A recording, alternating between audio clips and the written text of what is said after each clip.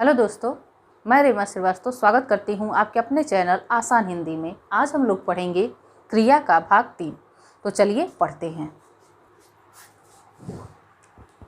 देखिए, सकर्मक और अकर्मक क्रियाओं को हमने पिछले वीडियो में देखा था। अब हम देखेंगे कि विशेष क्या है अकर्मक क्रिया को, कैसे हम अकर्मक क्रिया को पहचानते हैं और कैसे हम सकर्मक क्रिया को पहचानते हैं। तो अकर्मक व सकर्मक क्रिया की पहचान। अकर्मक क्रिया की पहचान के लिए क्रिया से पहले क्या किसे लगाकर प्रश्न किया जाता है।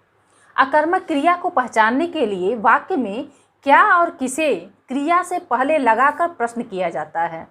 यदि उत्तर की प्राप्ति होती है तो क्रिया सकर्मक होती है तथा उत्तर न प्राप्त होने पर क्रिया अकर्मक होती है।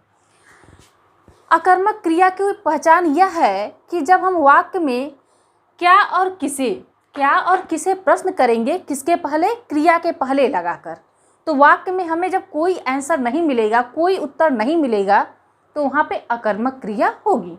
और यदि आपको उत्तर मिलता है तो सकर्मक क्रिया होगी। चलिए, कुछ अकर्मक क्रियाएं हैं अर्थात कुछ क्रियाएं ऐसी हैं जिनका प्रयोग सदा अकर्मक में होता है, जैसे उठना, बैठना, हंसना, रोना, आना, जाना, जागना, सोना आदि। अर्थात ये सभी क्रियाएं कर्ता द्वारा की जाती है और इन सभी क्रियाओं का प्रभाव कर्ता पर पड़ता है, इसलिए ये सारी क्रियाएं अकर्मक हैं। अब हम देखेंगे सकर्मक क्रिया के भेद।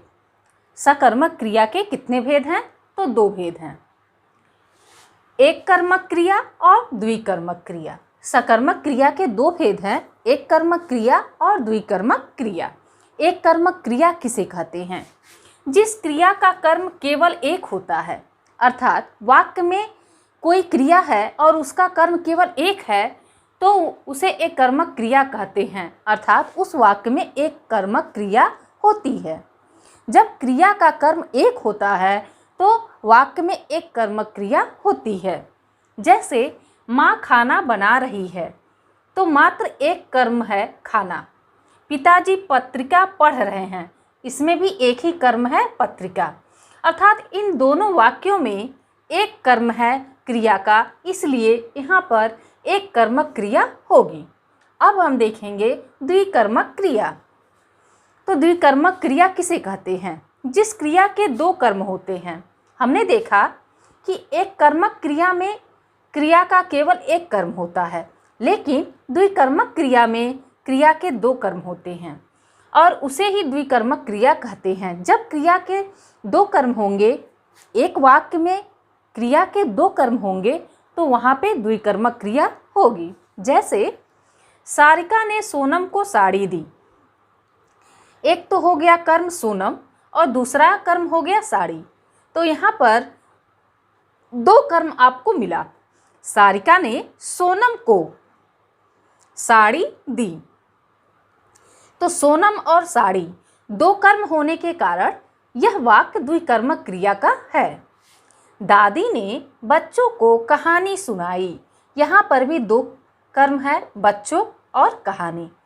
तो इस वाक्य में भी 2 कर्म है, इसलिए द्विकर्मक क्रिया है। अर्थात ये दोनों वाक्य ही द्विकर्मक क्रिया के हैं। उम्मीद है आपको समझ में आ गया होगा। एक कर्मक क्रिया में वाक्य में क्रिया का एक कर्म होता है और द्विकर्मक क्रिया में वाक्य में क्रिया के 2 कर्म होते हैं।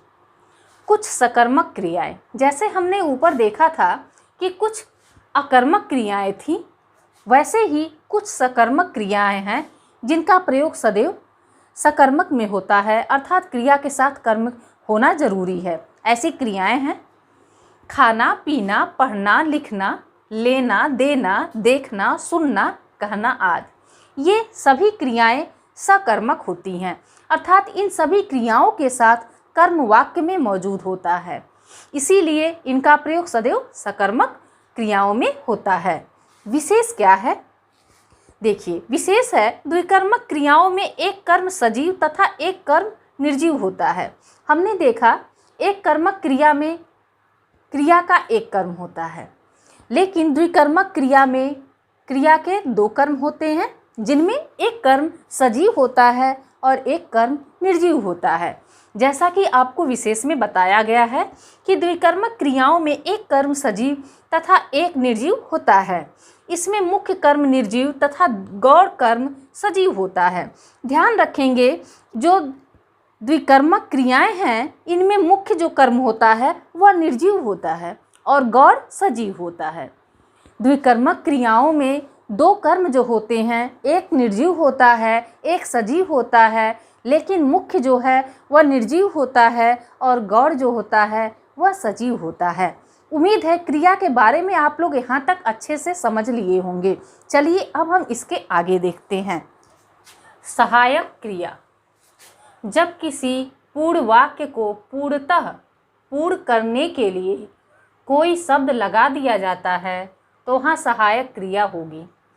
किसी वाक्य को पूर्णतः पूर्ण करने के लिए, अर्थात वह पूर्ण रूप से पूर्ण नहीं होता है, ऐसे वाक्य जो पूर्णतः पूर्ण नहीं रहते हैं उन्हें पूर्णतः पूर्ण करने के लिए जो क्रियाएं लगाई जाती हैं उन्हें ही सहायक क्रिया कहा जाता है। ठीक है, देखिए, जब किसी पूर्ण वाक्य को पूर्णतः पूर्ण करने के लिए कोई शब्द लगा दिया जाता है तो वहाँ सहायक क्रिया होगी। जो शब्द लगता है वही शब्द क्या होता है? सहायक क्रिया होता है। जैसे उदाहरण देख लेंगे, ममता खाई थी, ममता खाई है, ममता खाई होगी। इन वाक्यों में सहायक क्रियाएं हैं थी, है, होगी। अर्थात इस वाक्य को पूर्ण करने के लिए ये थी शब्द आया, इस वाक्य को पूर्ण करने के लिए है आया और इस वाक्य को पूर्ण करने के लिए होगी आया। तो ये तीन शब्द जो हैं यही क्या है? सहायक क्रियाएं हैं और यह क्या करते हैं? वाक्य को पूर्णतः पूर्ण करने का कार्य करते हैं। अब हम देखेंगे पूर्वकालिक क्रिया को। पूर्वकालिक क्रिया किसे कहते हैं और इसको कैसे पहचानते हैं? तो देखिए, जब किसी वाक्य में एक कार्य पूरा हो तथा दूसरा कार्य होने लगे, कोई वाक्य है और उसमें एक कार्य पूरा हो चुका है और दूसरा कार्य होने लगा या हो जाए या फिर दूसरा कार्य भी हो जाए तो पहले वाली क्रिया पूर्वकालिक क्रिया कहलाती है। अर्थात आपको ऐसा वाक्य मिले जिसमें दो कार्य होगा, एक तो हो चुका रहेगा और दूसरा होता रहेगा या फिर हो गया होगा। अर्थात वाक्य में एक क्रिया तो पूर्णतः पूर्ण हो गई रहेगी और दूसरी क्रिया होती रही होगी या फिर वो भी पूर्णतः पूर्ण हो गई होगी। तो ऐसे में क्या होता है? पूर्वकालिक क्रिया होता है। अर्थात जो पहले क्रिया आएगी वही पूर्वकालिक क्रिया कहलाएगी। जैसे रोहन खाना खाकर सो गया, यहाँ पे आपको दो क्रिया दिख रही है, एक तो है खाकर और दूसरा सो गया। खाना को क्या किया? खाया और फिर सो गया। दो क्रियाएं, एक तो खाना दूसरा सोना। तो सोना जो है ये बाद में आया, सो गया, तो पहली क्रिया है खाकर, तो इसे ही हम कहेंगे पूर्वकालिक क्रिया। अर्थात इस वाक्य में पूर्वकालिक क्रिया है खाकर। बच्चे कार्टून देखकर हंसने लगे, इसमें भी दो क्रियाएं हैं। पहला तो कार्टून को देखना, देखकर अर्थात देखने का कार्य हो चुका है और दूसरी क्रिया है हंसने लगे, यानी दूसरी क्रिया हो रही है। लेकिन दूसरी क्रिया होने से पहले एक क्रिया पूर्णतः समाप्त हो चुकी है और वह क्रिया है देखकर, तो यहाँ पे पूर्वकालिक क्रिया हो जाएगी देखकर। तो उम्मीद है आप लोग को क्रिया अच्छे से समझ में आ गया होगा। आज इस वीडियो में इतना ही, आगे हम लोग नेक्स्ट वीडियो में पढ़ेंगे। तब तक के लिए धन्यवाद।